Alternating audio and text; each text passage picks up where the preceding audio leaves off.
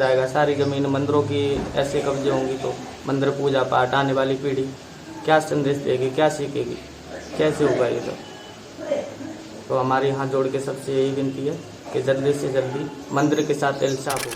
मैं पालनाथ, मैं मुक्तेश्वर धाम चनैनी में मैं एक शिष्य हूँ और यहाँ पे कुछ लोगों ने मंदिर की ज़मीन अवैध कब्जा कर रखा है और यहाँ तक हम डीसी से लेके एसडीएम तक, नेकपाल पटवारी तक गए हैं, हमारी कोई सुनवाई नहीं हुई है। हमारे पास सारे डॉक्यूमेंट हैं, कोई सुनवाई नहीं है। और यह है कि हमारे पास 1947 की 2 ज़मीन राज्य की दान की हुई थी और आज की 2 कनाल जगह बची हुई है, उसमें से वो ज़मीन द्वारा मंदिर के हिसाब से, कानूनी कार्रवाई के हिसाब से और मंदिर को दी जाए वापस।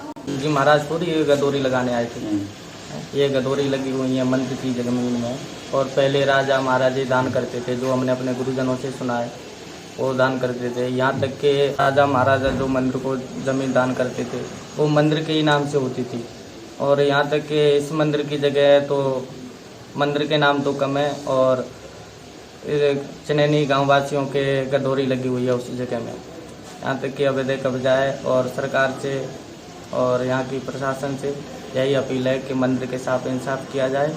यह है कि अगर हम अपने प्रशासन विभाग तो नान संप्रदाय के सारे साधु इकट्ठे होकर यहाँ मंदिर में बैठेंगे, फिर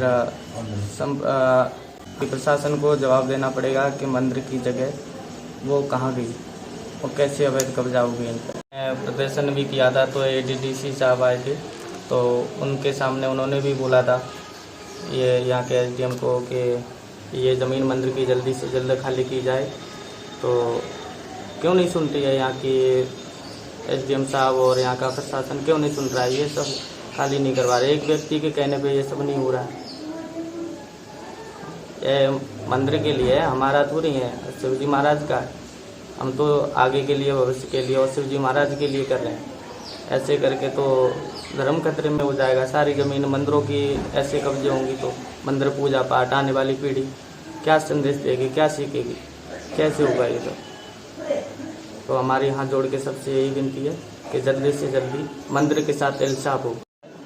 हमको धमकी भी दी है और मंदिर की ज़मीन में पूरा मकान और बोली सरकारी मतलब ज़मीन से बोली लगी हुई है, वृक्ष भी लगा हुआ है चिनाड़ का, वो कब्जे कर रखा है और यहाँ तक के मारने की हमको धमकी दी गई है। एलजी महाराज से हमारे हाथ जोड़ के विनती है कि मंदिर के साथ इंसाफ हो और जो भी यहाँ की जो अवैध कब्जा ज़मीन है, ज़मीन 1947 में ही एलजी साहब से हमारे यहाँ जोड़ के विनती है कि उतनी ज़मीन पूरी की जाए मंदिर की, और नहीं फिर हम साधु समाज नान संप्रदाय के लोग इकट्ठा होकर प्रदर्शन करेंगे और आपसे जवाब मांगेंगे कि ये ज़मीन कैसे मंदिर की कम हुई है।